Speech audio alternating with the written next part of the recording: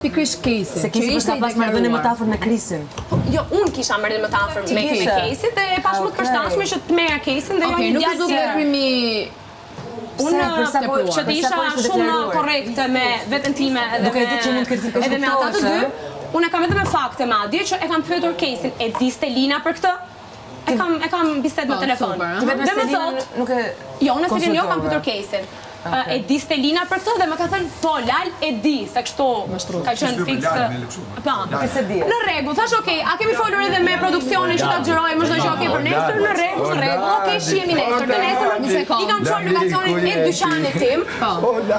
Edhe ka ardhur aty, edhe kemi shkuar pastaj në komisariat për të interesuar për Krisin. Lalit përshëndes. Jemi ulur në një kafe ku kemi biseduar mohabete të përgjithshme, sigurisht gjithmonë në shoqërinë e kamerave, sepse çdo gjë është transmetuar në emision.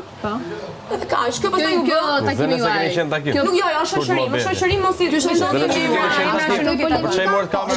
mund të ditë një fjalë që vetë mbrëm. Ato janë këtu prej meje, sepse do ishin mbajtur mend vetëm si një çift që do ditnin për pufë nga pufë. Ashtu ti çfarë bëre hyrën në emision ish për pufë? Po. Po çfarë cili është roli yt këtu? Në emision. E di pse, sepse unë nuk hyra punë me një qëllim aty, do të thënë pisina për punë. Është Big Brother. Ti këtu mund të mendosh të hysh me një strategji të caktuar dhe pastaj komplet situata të del jashtë kontrollit dhe ti merr komplet nuk është vetëm dating. Nuk është vetëm dating. Sigurisht që nuk është vetëm dating, aty ka emocion, ka ndjenja, ka intriga, ka mashtrime, ka fshehje ndjenja, është ka ndjenja fake, aty ka çdo gjë. Strategji për thënë. Po ina ta bëj pyetje. Do bësh strategji.